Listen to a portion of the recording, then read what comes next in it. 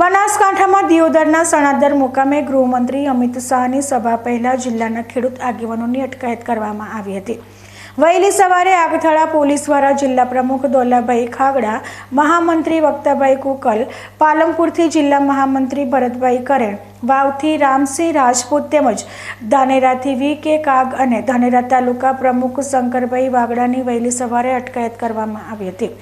ખેડૂતોના પડતર પ્રશ્નો, જેમાં ખેડૂતોને પોષણક્ષમ ભાવ માટે C2+50 સ્વામીનાથન રિપોર્ટ અનુસાર ટેકાના ભાવ મળી રહે અને ખેડૂતોને સંપૂર્ણ દેવામાંથી મુક્તિ માટેની મુખ્ય માંગણીને લઈને આ કાર્યક્રમ આપતા પહેલા પોલીસ દ્વારા અટકાયત કરાઈ હતી।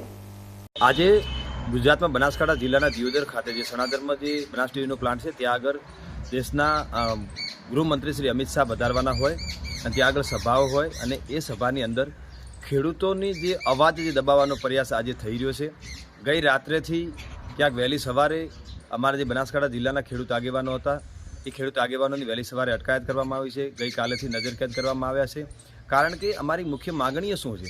અમારી વ્યાજબી માગણીઓ એ જ છે કે જે ખેત પેદાશો છે, ખેડૂત ખેત પેદાશ રાત દિવસ મહેનત કરીને કરી રહ્યો છે, જે અન્ન ઉત્પન્ન કરી રહ્યો છે, એને પોષણક્ષમ ભાવ મળે, જે C2+50 સ્વામીનાથન રિપોર્ટ અનુસાર અમને ભાવ આપવામાં આવે, પ્લસ બીજું અમારું જે ઋણ મુક્તિ, ખેડૂતને સંપૂર્ણ એ ઋણમાંથી મુક્ત કરે, દેવામાંથી મુક્ત કરે, એ અમારી મુખ્ય માગણીઓ છે। જો આ દેશની અંદર લાખો કરોડો રૂપિયા ઉદ્યોગપતિઓના માફ થતા હોય તો એ જ નિયમથી ખેડૂતોના પણ માફ થવા જોઈએ। તો સરકાર આ વાતને ધ્યાનમાં ન લેતા ખેડૂત આગેવાનો ઉપર પોલીસને આગળ કરી દમન કરી અને એમને નજરકેદ કરવામાં આવે છે, જેના થકી એમનો કાર્યક્રમ સફળ થાય। પરંતુ અમારો એક માગણીઓ જ્યાં સુધી નહીં સંતોષાય ત્યાં સુધી અમે અમારી લડાઈ ચાલુ રહેશે અને આવનારી 2024ની વિધાનસભાની ચૂંટણીની અંદર જો ખેડૂત સરકારને વિનંતી કરીએ છીએ કે એ ચૂંટણી પહેલાં અમારા જે કર્જા મુક્તિ છે એ કરીને આપવામાં આવે, અન્યથા એ ચૂંટણીના પરિણામની અંદર કંઈક મોટા ફેરફારો થશે એ ચોક્કસ છે।